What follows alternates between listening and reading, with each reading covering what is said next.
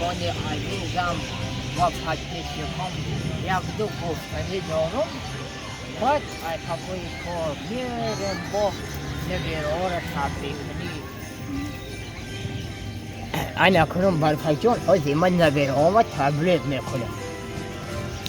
السلام علیکم نویرگان عزیز، پدپیشکان، همه شمایان را به سال نوی 2022 تبریک و مبارکباد گفته و شما عمر دراز، تن صحت، خانه آباد و خوشبختی ها را تمنا دارم.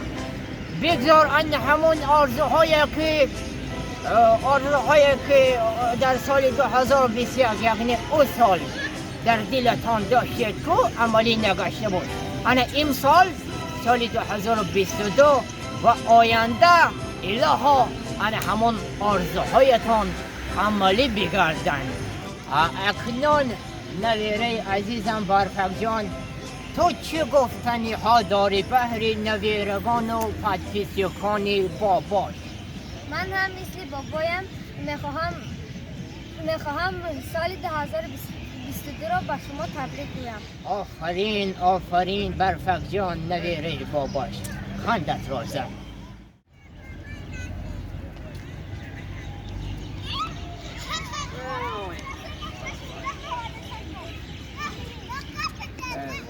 بسیار مال میکنم. باید یک چه دیگه نگفتن نمانه. نویرگان عزیز و پدپیشکان، همین یک دو روز پیش در همین ناحیه روزی که سال نوی رفتم، باور که یک جوان همین پیشم گذشته چه میگه بابی برفی ناز نداری یا بکشم؟ بچه بی عقل بودن. آخه گفتم در کجا دیدی که بابی برفی ناز بکشه؟ زب بچه بی عقل بودن. و گفتم بیا آخه بچه من ناز نخود من ناز بکشم، نخواهم ما یا موسیقی و عقل ناز بکشم. و گفت خیلی بابی جان سیگارت نمیکشی؟ بچه گفتم آخه ناز که نکشم سیگارت در کجا میکشم؟ گفت بابی جان خیلی سیگارتت بتم میکشی؟ که با مرم کم ترک همه ذوق که بود الهامم اومد. گفتم بچه جان یا ایست و بین اگر هیچ که نباشه میکشیم. چونی؟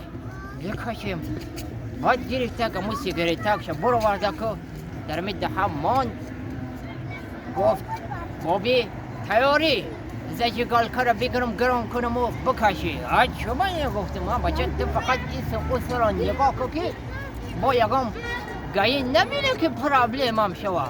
گفت نه بابی من همش نغزه همه جا را امن کردگیم، هیچ که غمت نمیتیه آزادانه بکش.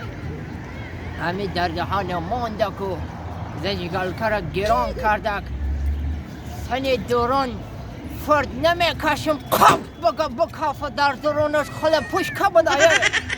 باور که زد ریشم جمیده تلخه کشیدم. گفت ای شوخی سالی نوی ای